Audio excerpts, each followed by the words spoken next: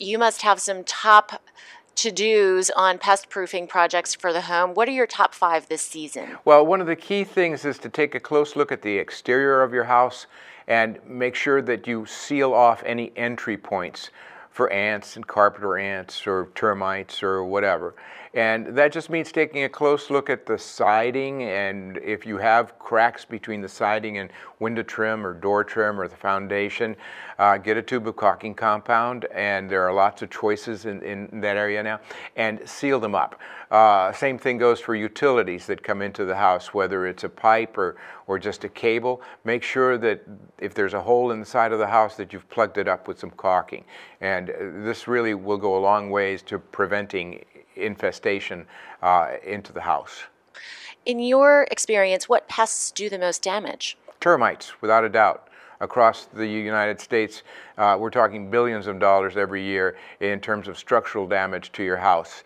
And you don't know they're there, so there are certain telltale signs that you might have termites. Obviously, if you see bugs swarming around, that's an indication.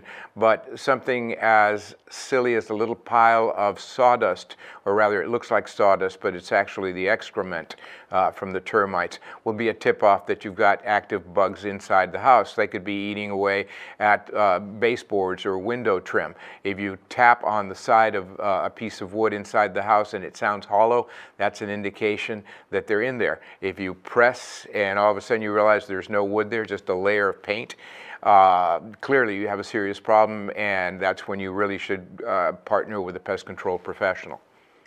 People are talking a lot about the Zika virus and other diseases transmitted by mosquitoes. What is your advice on what to be done, what we can do to limit our exposure to these kinds of pests?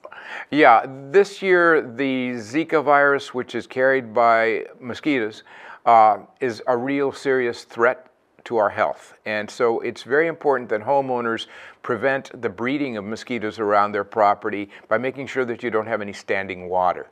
They lay their eggs in standing water, whether it's in a kiddie pool or an old toy that's upside down, an old tire with a puddle of water inside it. Anything that might hold some water that's junk in the backyard, you should get rid of. If you have a bird bath, it doesn't mean that you can't use it. It just means that you have to regularly change the water, because they lay their eggs in the water, but they require some time to hatch. So if you're changing the water and something like that on a regular basis, you're going to be fine. Where can people go for more information? Well, we have a website, pestworld.org. And so we recommend that anyone who is interested in finding out more about all the different problems that you and your house can suffer from pest infestations come to pestworld.org.